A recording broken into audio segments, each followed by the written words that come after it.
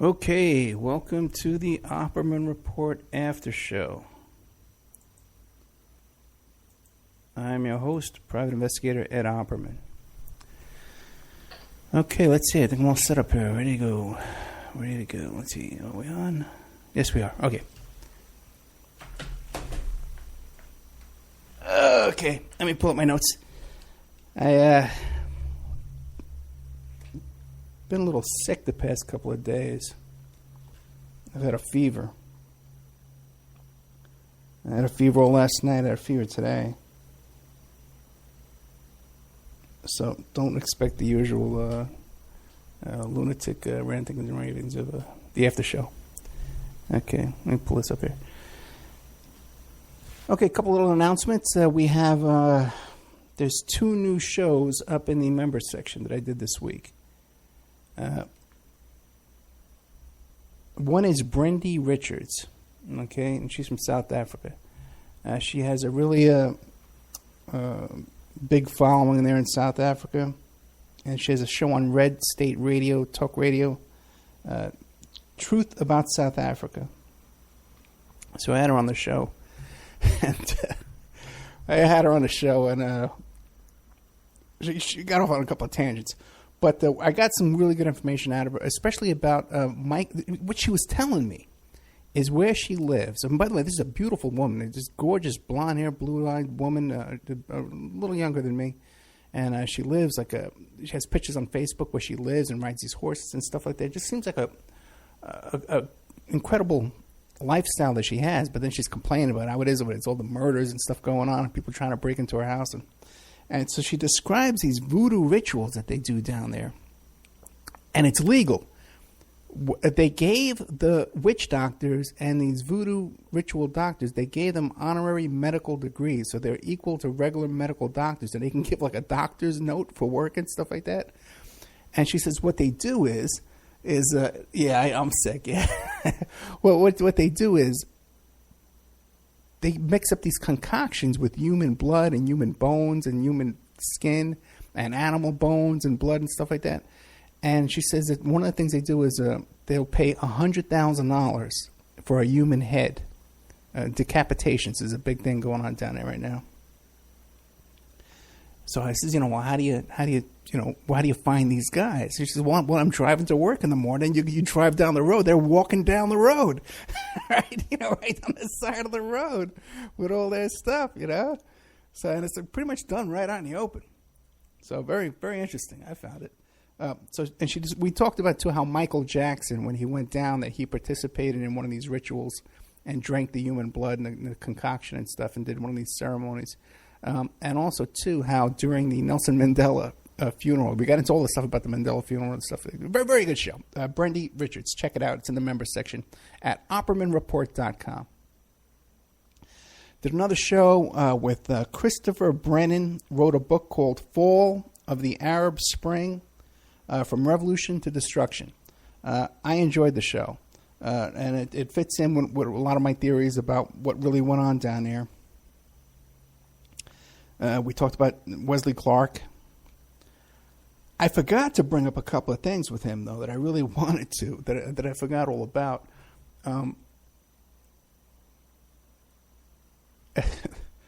During my whole Sarah Palin case, when I was working on, you can look it up. There's a show a couple of weeks back called the Sarah Palin Sex Scandal Case. That I worked on. It culminated in a congressional investigation and a congressional hearing. And during all that, what happened is all these different people try to insert themselves in my life, agents, from foreign governments and such. And this one woman who obviously, so clearly in my mind, was a foreign intelligence agent. And she was showing me a video on her iPhone of when she had gone to Egypt during the Arab Spring, during that revolution was going on. And she showed me a video of her on a train, and people were driving up next and shooting at the train. Okay? And I said to her, well, why did you go there during the Arab Spring when all this turmoil and revolution was going on? And she goes, oh, because it was so cheap. The airfares and the tourism was so cheap to go down there, so we just took advantage of it. But then I found out later on she was involved in all kind of shenanigans and was trying to lure me into shenanigans as well, trying to get a grip on me. So, but she was unsuccessful. Okay? She was unsuccessful. All right. Last Saturday, on Saturday afternoons, I do a show on American Freedom Radio, 3 o'clock, 3 p.m. Pacific Standard Time to 5 p.m. And last week I had George Christie, who's the former head of the Hells Angels Ventura County chapter. I really like this guy. We get along really good on the air. Everybody jokes about, we have a good rapport. But he also had a TV show on the History Channel that was very successful, and he just wrote a book that just came out. We did 2 previous shows, and they're available in the member section. The focus of the show from Saturday afternoon was supposed to be his connection with this motorcycle gang called like the Satan's Disciples, something with the name Satan's, and I forget what it is. I kept getting it wrong. I kept calling it the Satan's Angels, and he says, no, it wasn't the Satan's Angels, it was something else. And their connection to Charlie Manson and some other murders that Manson was involved in, and drug dealing and stuff like that, and prostitution. So check that out, okay? It's on the Spreaker channel. It's on the Ed Opperman YouTube channel. You could find it there. It's on iHeartRadio. It's all over the place. And it's even on the archives over there on American Freedom Radio. Then I had 3 guests on last Saturday afternoon when I did the show Saturday afternoon. By the way, you guys, this is kind of funny. I went to, and it's really not funny, but when it was my first, I did the first show on People's Internet Radio last Friday night. It's the first time I ever went on there. So now the next day, I got to do a show on AFR. So I screwed up, and I started broadcasting the show on People's Internet Radio. It was my first day there, and I'm already screwing things up. But thank God, everybody was nice about it. Everybody forgave me. So, guys over there, Vin, I love you still. Thank you for not coming here and killing me and stuff. My next guest over there last week on American Freedom Radio was Dave Miller. You might recall I did a show with Dave Miller about the Oregon standoff up there in Burns, Oregon, because he knew the Hammond family. I had run into Dave Miller. We go to the same church together, and I met him at an event at my pastor's house. And he said, he knew that I had a radio show. So he says, okay, I got a great story for you. It's about this family in Oregon, and they had this forest fire, and they did a backburn, and they got arrested for it, and now they're going to go back to prison. So I knew about all this, way before all this Hammond, before the Bundy showed up and all this kind of crap. So we did a little update with him last Saturday afternoon. Now, I was trying to explain to him some of the developments that occurred since the last time I had him on the show, because I had him on the show on a Friday night. I think it was live. And later on that night, I guess these people from this other station heard my show, and they decided to do a roundtable pretty much about the show, and about my guests, and about the show, and how they couldn't get a guest. And so they took the information. They even repeated jokes that I had made during the show, so I know they heard the show. So they did this roundtable, just completely and utterly making things up. And they had this crazy, bizarre theory about how they found minerals and arsenic underneath the Hammond family ranch. And that's why the government was seizing their ranch, because they were going to take this arsenic, and they were going to send the arsenic to China, and then they were going to put it in chemtrails and use this to kill us. Okay, this is what they were saying. Okay? What I found out since that, and I was really upset when I heard this. Someone sent me the show, and it was freaking insanity. So I was really upset about this.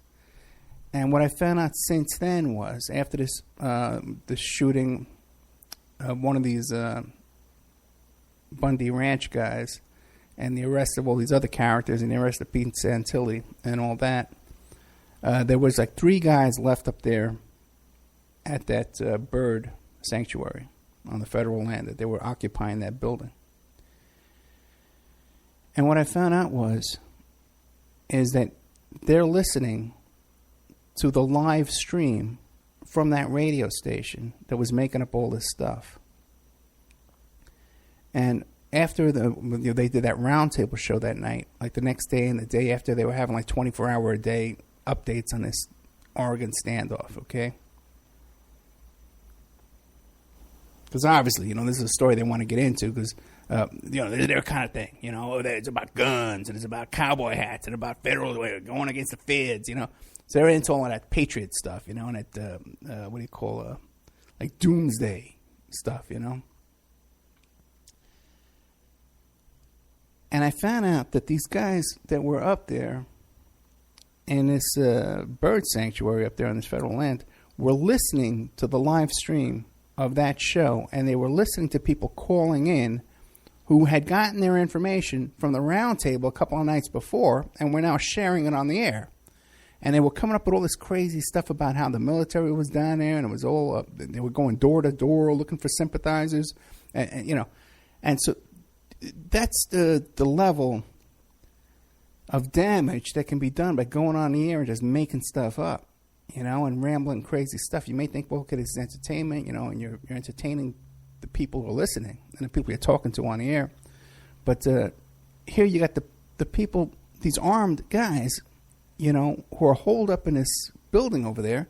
They're listening to this crap and they really believe it. This is a case where the people reporting on the news are affecting the news and affecting what's going on in there, which is so dangerous when you think about it. And, just disgusting. It has me all pissed off. The last segment on the American Freedom Radio show last week was with Ramona Africa. You guys might remember Ramona Africa. She's been on my show before. And such a compelling story. And for some reason, it doesn't get the kind of hits and the kind of traffic that all the other shows get. And I don't understand why. We got to have her back for like a 2-hour, 3-hour show to really go over everything. This is part of the group called MOVE that was in Philadelphia. In 1979, they lived in a home, where they were raising their kids. They were homeschooling their kids. They all lived together communally. The head of the group was John Africa, and he came out of the Black Panther 21, that big trial that went on in New York City for like 18 months. It was the longest trial that ever happened in New York City. And he defended himself in that trial, and he got off. And then he wound up in Philadelphia, living in this house with these people, and they were like vegetarians and living off the grid. And the Philadelphia Police Department, the neighbors complained because they didn't have curtains on their windows and they had chickens running around the backyard and weird stuff. They were given an eviction notice. And somehow wound up that the police wound up with a bunch of arrest warrants for everyone in the home, besides just an eviction. So the police showed up with like 100 cops and the fire department with water cannons shooting at the house. So one thing she described was how these women of MOVE were down in the basement, and the basement was filling up with water. The cops were shooting up the house like target practice. And the women were down there in the basement holding their babies over their heads so that the babies wouldn't drown in the water. And in testimony at court, the cops said, yeah, we heard the babies crying. And they asked them, well, were you shooting in the direction of the babies? Yeah, we were shooting in the direction of the babies. So that was the first attack on the people of MOVE. And then they got a bunch of life sentences and 30-year sentences. And there's these three women who were down in the basement, who the judge and the cops and everyone admits never picked up a gun, never fired a gun, never did anything. They were down in this basement holding their babies up over the water. They did 33 years in prison. And right now they're going before the parole board, so we're trying to put some pressure on that to get send some letters to the parole board, and hopefully they'll be released after 33 years. Now, what went on after that? The Christopher Brennan show was in the it's in the member section. What went on after that is then they moved to another row. They moved into a row house on Osage Avenue in Philadelphia. And again, the police came to evict them, and again showed up with 100 cops, and again showed up with a water cannon, fire department water cannon. This time, they dropped a firebomb on top of the home, and they killed 11 people. 5 of them were children. And they burned down 60 homes in that neighborhood. Everybody talks about Waco and Ruby Ridge and all this kind of stuff like that, but this is the first case where they burned these people alive, you know. And they burned down 60 homes in that neighborhood. Now, Ramona, when she was trying to escape, and she had a little boy with her named Birdie, and they were trying to escape, the cops were shooting at them as they were trying to escape the flames. You know?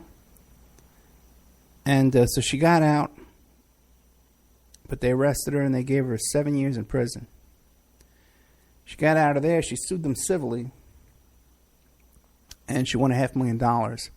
But the judge ordered that the police chief and the fire chief only had to pay her $1 a week for, I think, 11 years, some crazy thing like that.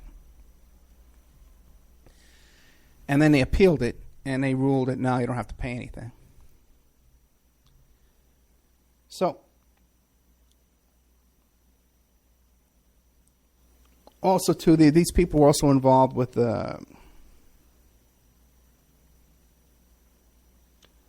Mumia Jamal, who many people think was wrongly convicted there in Philadelphia. And he's on death row right now. And in fact, there's a whole thing going on with him too, because he's receiving bad medical treatment there while he's in prison. And after that, they killed one of the MOVE members. Was shot and killed in an alley, handcuffed and shot and killed in an alley, and they believe that was the police that did that too as well. So there's this whole thing going back and forth with MOVE and the Philadelphia police and the Philadelphia authorities for years and years and years. But now we have a chance to get 3 of them out. Three women who never fired a gun, never hurt anybody, did 33 years in prison for nothing. So,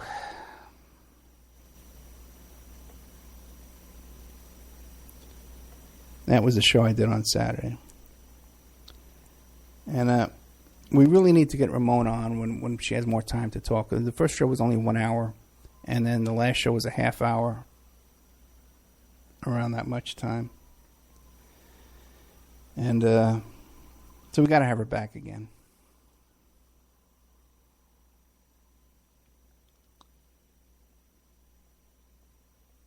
Started with I think I started with a new station tonight called KTNT Radio, and they should be playing the show tonight and playing the show tomorrow as well. And we started last week for the first time on People's Internet Radio in Ireland. They're based out of. So, got a lot of new listeners. As a matter of fact, this week. One day with me and Victoria, my daughter's Victoria, 15 years old.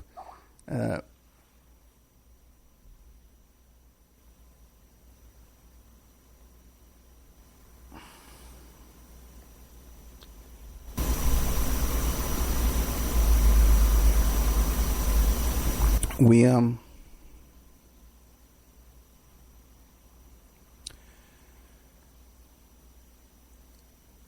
went out for a couple of hours on Wednesday night, and when I came back and refreshed the Spreaker account, there were 5,000 plays on Spreaker just in the 1 hour that we were gone. So I believe that was due to the new people we have listening over at American Freedom Radio and People's Internet Radio, and this new station, KTNT, if I'm even on there, because the guy who hired me and got me on there quit the station, so I don't even know if they're playing it. They got all the information, but I'm not on the website, so I don't know what's going on. They might have taken it down from the website. So, but for all the new people, I know a lot of people, I was in the People's Internet Radio chat room earlier tonight, and they don't seem to know who I am and anything about me or anything. Or any of the stories we cover on this show, like Adnan Khashoggi, I was telling them about, and I was telling them about they were asking me about Trump, because they're in Ireland, and they're asking me about Donald Trump. So I didn't get a chance to tell them. I go back with Trump forever, back to the '80s when he first got caught cheating on his wife with this girl called Marla Maples, who he later married, and he has another daughter with this woman Marla Maples too that no one ever talks about. Tiffany Trump, and it was kind of funny because back in those days, I used to travel a lot, so I would date a lot of flight attendants.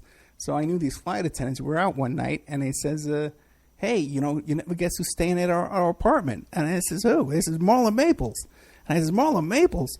I says, yeah. I says, wow. And I says, yeah, she came. She's hiding out from the paparazzi. So she came here, and she snuck in with a garbage bag full of her clothes, and she's staying in one of the rooms in the apartment. So as a joke, I said, hey, let's tap the phones, and then when she's talking to Donald Trump, we can sell that to the National Enquirer, right? So it was kind of funny because later on, I was hanging out at the Doral Inn with this private investigator who did security for Mike Tyson, and he was all involved with Trump and stuff like that too. And I told him the story as a joke, But I guess they went back and they told Trump because I ran into Trump later on at the U.S. Open, and he was giving me dirty looks throughout the whole thing. He was actually facing opposite the tennis match and staring up at me during the whole thing. So that's just one of my connections with Trump and stuff like that. And now, even tomorrow, we have St. John Hunt coming on the show, who is the son of E. Howard Hunt. And E. Howard Hunt was one of the Watergate burglars, and E. Howard Hunt was a confessed JFK assassin, shooter. And St. John Hunt is co-writing a book with Roger Stone. He just co-wrote a book with Roger Stone. It's a book he's coming on to talk about. And Roger Stone is Donald Trump's campaign manager, unofficially. And also, too, Roger Stone also, too, was Reverend Al Sharpton's campaign manager. A lot of people don't know. Okay. Am I making sense, guys? Anybody in the chat room over here on Spreaker? Am I making sense tonight? Because I'm really out of it. I got a fever. Okay. I also got hit with some bad news tonight, right before the after show came on. Hey. So there are a lot of new listeners, so I just want to kind of explain who is Ed Opperman. One thing is, there's a couple of books that have been written about me that I'm included in the book. As a matter of fact, there's three. There's 3 books that are written that I'm in the book, and there's another book that I contributed to. And then there's my own book called How to Succeed as a Private Investigator that I have a whole chapter in there about the story of my life. But a friend of mine, Rhonda Gordon, she wrote a book that I'm in. I forget the name, but it's on my IMDb page. And you can only get it by going to the Jews for Jesus bookstore. Another friend of mine, Reverend Knight, he wrote a book called His Bond Servant. Okay, it's written under a pseudonym, though. So, then that has a whole chapter in there about me. Shaylee Tripp, who was my client in the Sarah Palin case, wrote a book called Boys Will Be Boys, The Untold Story of Sarah Palin, Todd Palin, whatever it is. But there's a whole thing in there about me as well, too.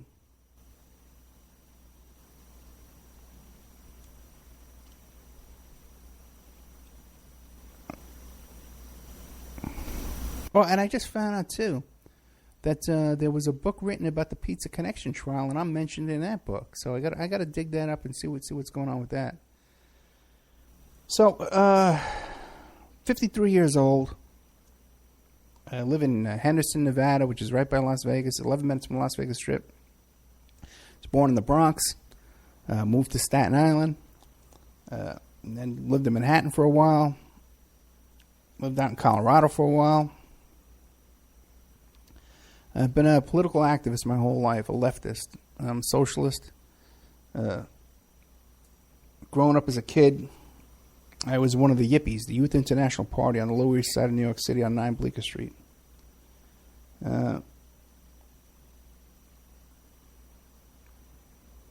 I owned a nightclub in Manhattan called Fallout. It was over on Broadway and Canal Street. Ran with the Bulls in Spain. For a while there, I was a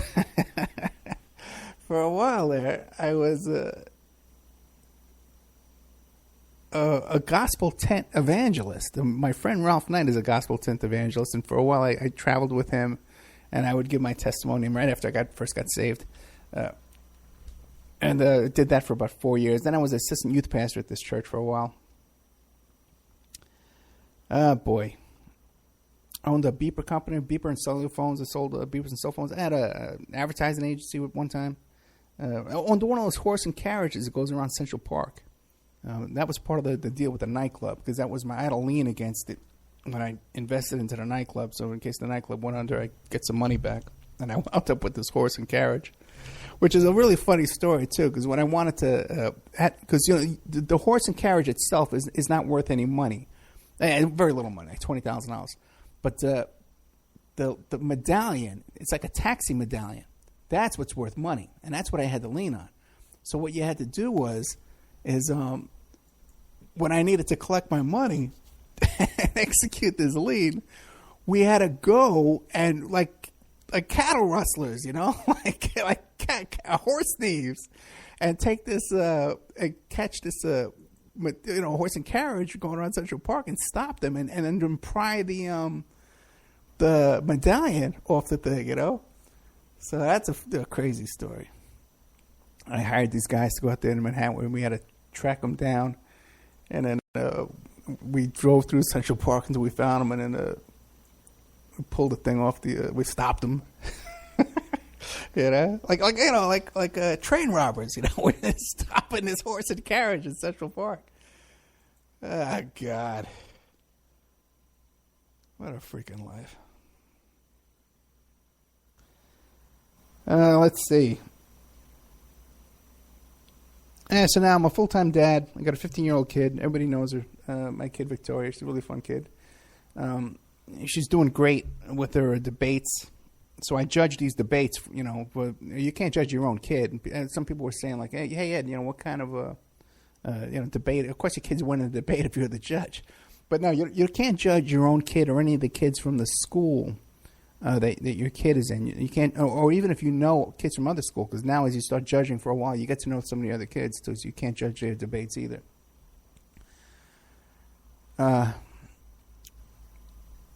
So I really enjoy judging these debates, and I would recommend it to anybody to get involved in this. Contact your local high schools and see if they have these debates, because they always need judges. And it's about 600 kids, and from high school age, to seniors in high school. And some of the kids in the finalists, they're just like really talented, well prepared, and it's a real pleasure listening to these kids present their cases. They're so prepared, and they take it so seriously. And you can have an influence too in their lives and kind of mentor them a bit too. So I would really recommend people to get involved in it. So let's see. Right now I work as a private investigator and a digital forensic investigator. So I got that website. Everybody's seen it, the emailrevealer.com. If you need a PI work done, I can do background searches and locates. And I focus on email tracing. I invented a search where if you give me an email address, I could trace it back to online dating websites and catch people cheating online. I invented that. If you need a name and address from an email address, I can give you that. I can locate people from an email address. But another part of my business is cell phone forensics and digital computer forensics. where people would send me cell phones, and we would recover all deleted data from a cell phone. We would break passwords on cell phones, that kind of stuff. Been involved in all kind of big celebrity cases. The whole Tiger Woods case I was involved in. The Charlie Sheen, when he attacked that girl in the hotel in New York, that was my client. The Sarah Palin case that I participated in a congressional investigation and a congressional hearing. I was involved in another congressional hearing involving Secret Service misbehavior. A lot of stuff. I've been involved in a lot of stuff as PI work. So, yeah. And now I do the radio show now, and we have sponsors to support the radio show. We're on a whole bunch of stations. It's going very well, and we have this member section where you can sign up and join up, become a member, and you get additional access to exclusive content. And hopefully, when we start making some money, I want to start doing documentary films, which I believe would be successful. I got a couple more books in me, too, as well. So, busy guy. Busy guy. That's me. Busy guy, Ed Opperman. Oh, boy. Great to be me. Okay, let's take a commercial break. A nice long commercial break. Sorry about it. But we'll be right back after these messages. And now a word from our sponsors. Pacific West Bamboo, your premier source for sustainable building material. They provide construction-grade and craft-grade bamboo material for all your indoor, outdoor, and gardening needs. Contact them for event planning and display building as well. 503-839-8126. Or you go to their new website, pacificwestbamboo.com. Or you can contact them on Facebook at Pacific West Bamboo. That's 503-839-8126. Amanda from Pacific West Bamboo was our first sponsor. She's been so good to us, so please support her in return. I want to make everybody aware of our new members section at www.oppermanreport.com. You can go there and sign up for a monthly, quarterly, or yearly subscription. You can even purchase episodes one by one. You get full access to brand new original content, new guests, new uncensored interviews, my own investigations and reports, and we're going to be adding sections with documents, images, police reports, either provided by myself or by my guests, or for my own investigations, my own reports. So you can go to OppermanReport.com, and you can sign up there tonight. You can start listening tonight. Strawman. I want to mention Strawman. Strawman is a band out of Toronto, Canada. They're good friends of the Opperman Report. They're a trio of guys who share the same mindset most of us here do, and they put that energy into their words and music. So check them out at strawmanmusic.com and drop them a line to let them know that you heard them here on the Opperman Report. We'll be doing an interview with Sean Duffy soon. You can get an autographed copy of my book, How to Succeed as a Private Investigator, by visiting my PI website, emailrevealer.com. We also offer a computer and cell phone forensics. We can recover deleted text messages to uncover infidelity. We offer asset searches, locates, email tracing, background reports, and we can even trace your spouse's email address back to internet dating websites to catch them cheating online. You can reach us at 800-572-9762, or you can email me at emailrevealer@aol.com. New World Mexican Women. Everyone loves the New World Mexican Women, and their line of fine, handcrafted, authentic Mexican jewelry of stone mosaic and abalone stone inlay. In their first book, titled New World Mexican Women, available on lulu.com, they teach you how to make this jewelry, and they have a collection of love letters to their men from their hometown that have immigrated to the United States to find work. They have also published a new book entitled Azuquina to the Rodeo. It's about a young girl that falls in love with a rodeo bull rider, and she runs away with him without telling her family. You can find the New World Mexican Women by Googling New World Mexican Women. And you can ask them about their deals on wholesaling their fine jewelry and all of the other projects that they have going on. If you'd like to have your business or website advertised here and promoted all over the world on dozens of stations every day, give us a call at 800-572-9762 or email oppermanreport@gmail.com. And now back to our show. Well, not so soon. First, we're going to talk about MichiganMushrooms.net.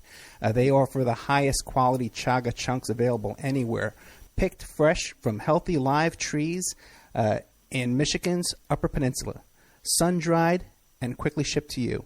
They're very proud of their long-standing reputation as trusted farmers and collectors of wild, gourmet, and medicinal mushrooms. Customer service and offering high-quality products is very important to them. And they have a strict grading system that begins in the woods, and they would rather pass up a chunk that looks bad instead of passing it off to you, the customer. Additionally, they are recognized by the state of Michigan as mushroom experts. They are certified by the Department of Agriculture to sell 20 different species of mushrooms, and proof of this certification is available upon request. That is MichiganMushrooms.net or on Facebook, Michigan Mushrooms LLC.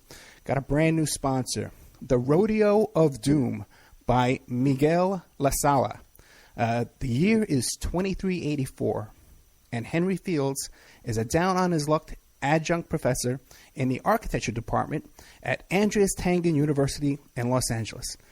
But he has one thing going for him that others don't. He has enough of the coveted EP14 to live to be 200 if he wants to. Not that hard. When he saves a woman for certain death with a few drops of the EP14, a corrupt government agency tries to blackmail him into selling off his supply. Just when it seems like it might be a good idea, all hell breaks loose. The Rodeo of Doom was written by Miguel La Sala and edited by Margaret A. Harrell, the author of Keep This Quiet, memoir series. Now, she was also the copy edited Hunter S. Thompson's breakthrough book, Hell's Angels. According to Harrell, the Rodeo of Doom will grip you and pull you into the wild ride of a different reality.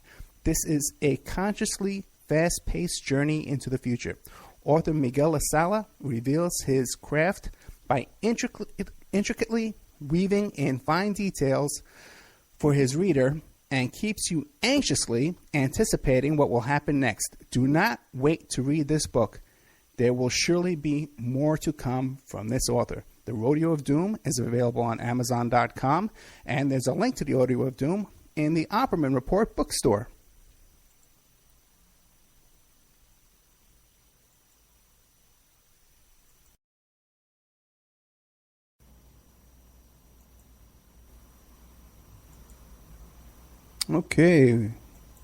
Okay, welcome back to the Opperman Report. I'm your host, Private Investigator Ed Opperman. Now, the after show. Welcome to the Opperman Report after show. Okay. Now, me and Vic started another Daniel fast on Wednesdays. This is day 3 we've been doing this. So, usually get a lot of headaches and stuff in the beginning because what Daniel fast is, you can look it up. But,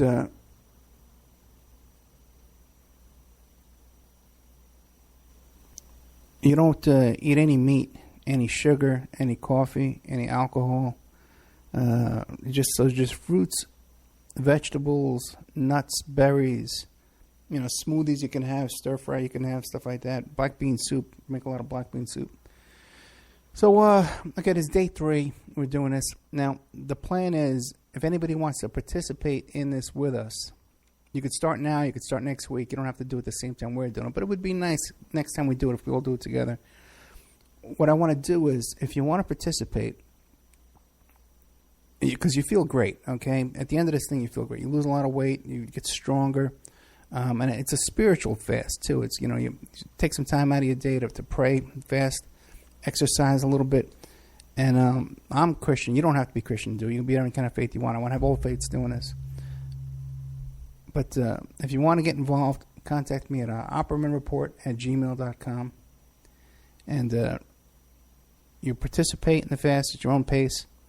You write down what recipes you want to include. Take a picture of yourself before and after. And then you write about your experience during the fast. We're going to put all that in a book. And if you participate in the book, you can also receive income from the book, too, as well. And we're going to be sharing all the profits on the book. So hopefully we'll be getting that. I don't feel good. I've had a fever. You know, listen, there's some stuff going on behind the scenes that the little not so great. Okay, all right. But the fast, I'm feeling good from the fast. Trust me. I'm physically, by the way, guys, I'm in the best shape I've been in a long time. Because we had that really long thing going on with the custody and stuff like that. So I'm really feeling good. So if you want to get involved in the Daniel fast, get a hold of me. Now, last Sunday, we were at church, and they were doing a special thing with where they were having the kids who normally go to Sunday school and stuff like that. We're staying with the grown-ups. So one of the things they were doing was talking about the story of the Good Samaritan. Right? So this is from Luke chapter 10, 25 to 37. On one occasion, an expert in the law stood up to test Jesus. "Teacher," he asked, "what must I do to inherit eternal life?" "What is written in the law?" he replied. "How do you read it?" He answered, "Love the Lord your God with all your heart and with all your soul and with all your strength and all your mind, and love your neighbor as yourself." "You have answered correctly," Jesus replied. "Do this and you will live." But he wanted to justify himself, so he asked Jesus, "And who is my neighbor?" And then it goes into the whole story about the Good Samaritan. And everybody, even if you're secular, you're not, you don't believe in God or, Christianity or whatever like that, everybody knows the story of the Good Samaritan. It's a good story. You want to be a good Samaritan. Who doesn't want to be a good Samaritan, right? But what jumped out at me in this thing is this part about loving my neighbor as I love myself. Now, I have no trouble loving myself. Okay, none of us have trouble loving ourselves. And none of us have trouble saying, hey, I want to do that. I want to love my neighbor as I love myself. But think about it. Okay, I love myself, when I'm not fasting, I make sure I don't miss a meal, I love myself that if I'm at risk, that I'm going to lose my home, that I'll do whatever I can to keep my home. I love myself that if I'm facing a prison sentence, I'll be worried about it and I'll be doing everything I can to prevent myself going to prison. But the way I'm seeing this is we're to love our neighbor with that same love that we have for ourselves. But we don't. And we drive through the streets and we see these homeless people in the streets. And while it may, it hurts and it affects you and you see them and you feel sorry for them, maybe you pull out $5 and you give them some money or whatever. You got some people have these little care packages in their cars to give these homeless people. But why isn't it, what has become of us that we can see some homeless person in the street and drive away, and that we're not up all night worrying, saying, where is this person sleeping tonight? Why? How can we get them a meal? How can we get them a shower? Why is that? That concept is so foreign to us, that we become so desensitized to seeing our fellow man sleeping in the street. And the same goes, not just the guy you see,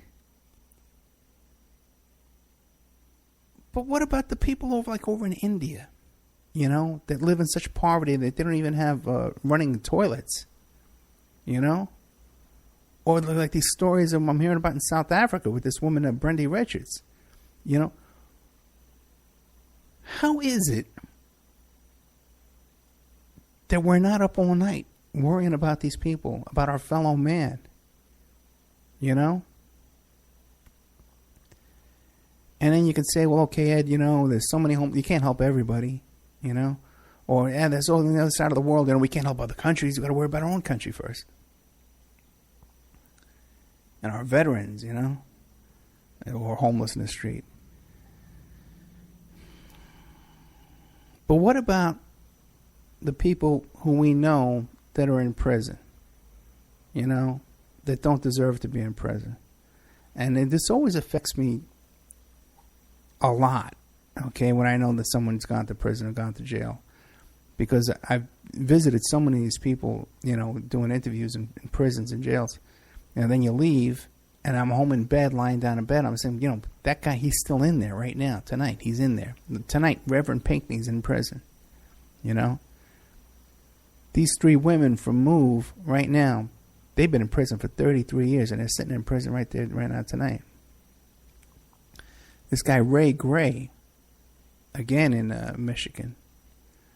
Another guy in Michigan, was there for 43 years, for a crime that it's impossible for him to have committed. And these are people we know. Like Reverend Pinckney, someone we all know him. I've joked with him. I've talked with him on the phone. We've joked around. Even when he was being held, we would call up from prison. How can we sit back and tolerate this and watch this and not be consumed with the suffering of our fellow man?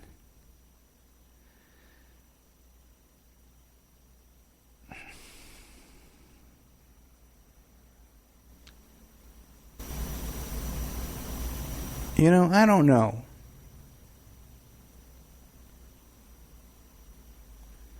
I really don't know. But if the theory is that we're supposed to love each other as much as we love ourselves, there can be no way that we can tolerate these conditions that we're living under. And I know a lot of people who listen to these alternative radio stations as well. We're awake, and we're waking people up, But we're all doing this, man. We all we see these people living in the streets, and we talk about these cases like Jeffrey Epstein molesting these kids, and these horrific cases that we talk about, that just go on. And sometimes we even can make jokes about it, And I guess you have to in some ways. But there has to be a point where we say that these things that we're seeing are intolerable. And that we have to resist with every bone in our body. Otherwise, we're complicit.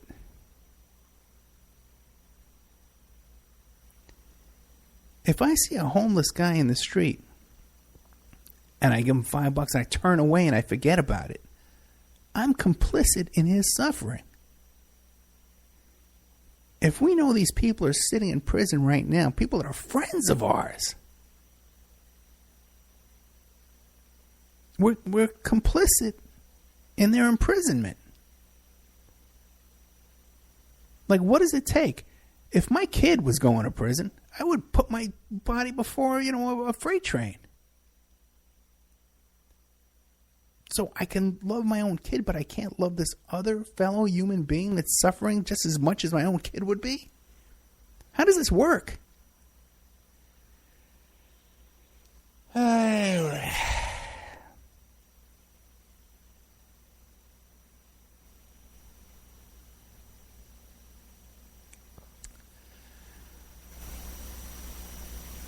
Well, I don't have an answer, And another thing, too, is don't get distracted by the fact that the story is based in Christianity, okay? Don't, this is a human. This is humanity. We should have some kind of respect for ourselves and our fellow man, that we don't tolerate this stuff. Anyway, right before the I don't have an answer to or what to say either, other than something has to give here. Right before the after show, I got some bad news, and it's bad news for all of us who know our friend, a friend of this show, Cisco Street Love, And we were chatting about it in the chat room. Hey, any update on Cisco Street Love? And what I found out is that Cisco Street Love has passed on. Okay, and I had a feeling. I kind of knew, because he wasn't returning my calls and my messages and stuff like that. So I knew he was dead, And, but we just got the confirmation tonight. We saw a guest book where you can write messages for him. For people who don't know, Cisco Street Love was I met him the first time because he had written a book called Yesterday's Shame about the Atlanta child murders. And he had done all this thorough research and investigation into the Atlanta child murders, and also, too, there was a pedophile ring going on there, and he did fascinating work. And I listened to a couple of his... I was looking for a guest I could find on the Atlanta child murders, and I found a real gem. The guy was into all the same stuff we're into. He did incredible research. He really devoted his life to this kind of work, to protecting kids from being victims from pedophiles and satanic cults. And he had great information. As a matter of fact, I had him on the show one time with Congresswoman Cynthia McKinney. And she was supposed to leave the show because at the beginning she only liked to do an hour with me, But when Cisco started talking about all this stuff, she wanted to stay, and she knew people there in Atlanta too, and Georgia and stuff that he was talking about. And she was asking, "Hey, what about this guy? What about that guy?" And it was a great show. If you go back and listen to it. So we're going to have to do some kind of a real tribute to him.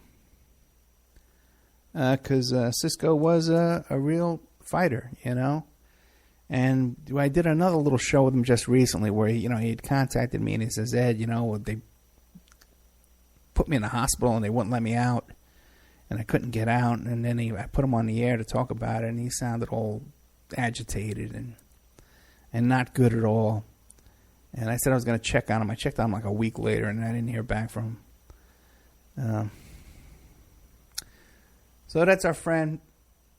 I'll post links, guys. Relax. As a matter of fact, the CQ's there in the chat room. He can post the link for you. Yeah. So, guys, life is short, life is short for our friend here, Cisco. But life is short, too, for people like Reverend Pinckney and these three women from MOVE that got their whole life taken away from them, locked up in a prison. And there has to be something more that we can be doing to confront this and to confront the conditions that we live under in this country every day. So we'll do a special show for Cisco. Likable guy too, man. That's the thing too. And another great researcher, just like Dave McGowan, who's gone down. Cisco did some great work. And, and where's his body of work? Went to his grave with him, too, right? Maury Terry, all his work went to his grave. Who's keeping the archives for these people and keeping their work alive? Maybe there's, I don't know. All of Cisco's shows are already on YouTube. So, all right, guys. That's it for tonight's show. I hope I got something out. It's amazing, too, because more people listen to the after show now than listen to the actual show, even though it's played on such fewer stations, So, tomorrow, 3 o'clock, AFR, I'll be on with, what's his name? St. John Hunt. And we're going to be talking about a lot of the topics we talked about tonight with our guest this evening, with Casey Jean McCalla. author of Inside the Secret Wars in Jamaica. Cool guy, Casey. I really like him. He's a listener to. He listens to the show. So, guys, I'll leave you with this. Life is short. You got a great guy like Cisco. Keep him in your prayers. Keep his family in your prayers. And let's try and come up with a plan here.